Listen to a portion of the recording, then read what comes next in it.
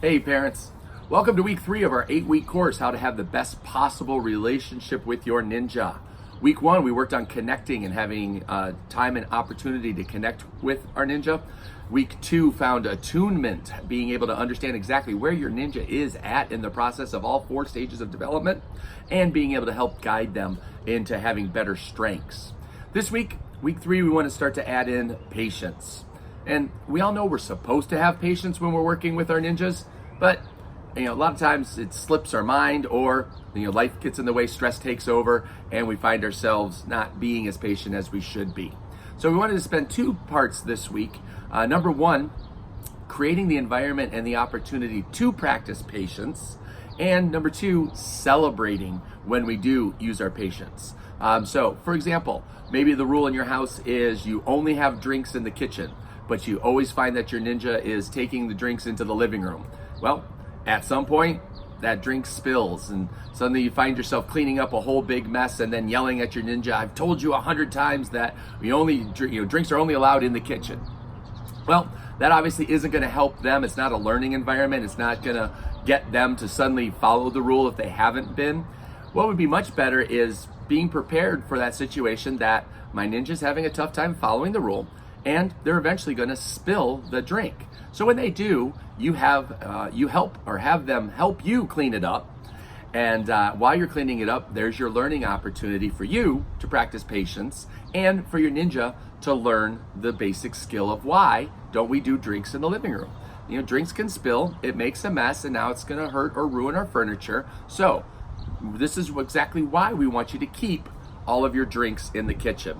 And by being a little bit more patient and calm in the process, your ninja's going to learn that, number 1, it's okay to make mistakes. That's how we learn.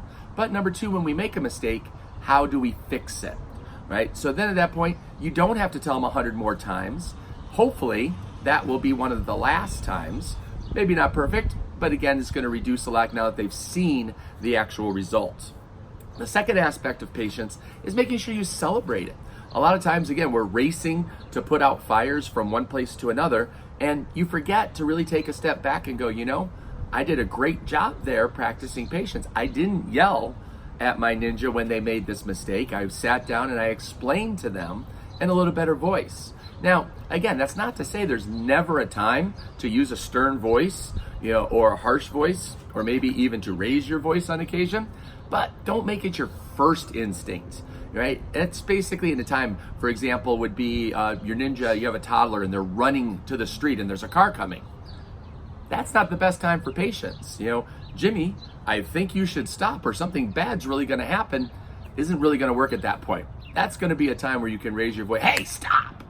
and really use that tone or that harsh of a voice. But other than that, you really want to be able to work on the patience, sit down and calmly speak with your ninja, so that way it makes it a better learning experience. And just as important, once again, celebrate those times. Start a log, right? Put down each day of the week and write down one point where you practice patience. Maybe it's not with your ninja. Maybe it's with your boss or a coworker, or somebody, maybe traffic. A lot of people get stressed out in traffic and all of the things, especially with all the construction going on around here these days. So once again, if you have any questions, make sure you put them up in the Facebook group at the end of each video. I'm happy to do a kind of a Q&A, take the questions that you've asked and answer them out. And at the same time, I make sure that I answer them in the group. So want to start hearing some success stories? What have you done to connect with your ninja? What have you learned about attunement? And now, when and where did you practice your patience? So have an awesome week. That is your assignment. Looking forward to hearing about your results. Have an awesome day.